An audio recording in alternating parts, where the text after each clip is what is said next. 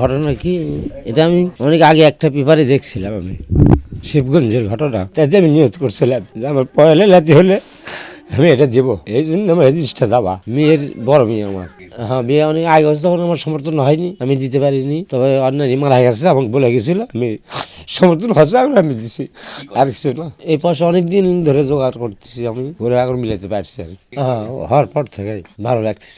হ্যাঁ, আমি ঋণ মুক্ত হবে। নানি বাজে থাকতো সেই সময় যদি হতো তাহলে আরো ভালো লাগতো, তারই শখ ছিল এটা দেওয়া। ঘটনাটা হচ্ছে যে আমার চাচা মোহাম্মদ আব্দুল কাদের প্রামাণিক, ওনার বড় মেয়ে, একটাই মেয়ে, তার একটা নাতনি হয়। তখন আমার চাচি বেঁচে ছিল, চাচিও বলতেছিল, কাকার সাথে পরামর্শ সাপেক্ষে বলতেছিল যে এই নাতনির যখন বিয়ে হবে ঠিক সেই মুহূর্তে আমার খুব শখ যে নাতনির ওজনে কোয়েন জাতীয় যে পয়সাগুলো আছে যা লাগবে, মানে ওর ওজনে ওই পয়সাগুলো আমি দিব, এটা আমার শখ। এটা ওনার দীর্ঘদিনের শখ ছিল। তখন উনি আস্তে আস্তে আস্তে আস্তে এই পয়সাগুলো ব্যাংকে জমা করে, একটা ব্যাংক, দুটা ব্যাংক, তিনটা ব্যাংক হওয়ার পর উনি তখন বুঝতে পারে যে নাতনির ওজন আর এই পয়সার ওজন যেহেতু সমতুল্যর কাছাকাছি, তখন উনি সিদ্ধান্ত নেয় যে ওই মেয়েটার তো বিয়ে হয়ে গেছে প্রায় 1.5 বছর হলো, 1.5 বছর পর কাকার কাছে তো ওই পয়সা তো জমাতে একটু টাইম লাগছে। জমানো হওয়ার পরই কাকা ওদেরকে ডাকে, জামাই বিয়াই সবাইকে ডাকে,